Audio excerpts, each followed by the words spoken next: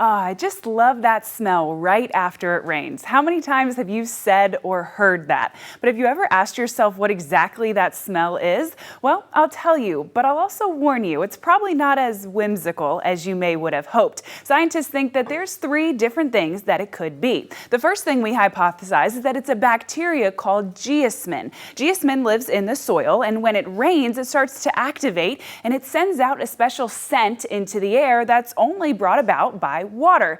Now, the second has to do with our plants. You see, when it's very dry, plants secrete an oil on their leaves, on their roots, and onto the ground. Again, when it rains, that starts to change the chemical compounds in that oil, and it becomes something called petrichor, which has a very, very distinctive smell that we often associate with rain.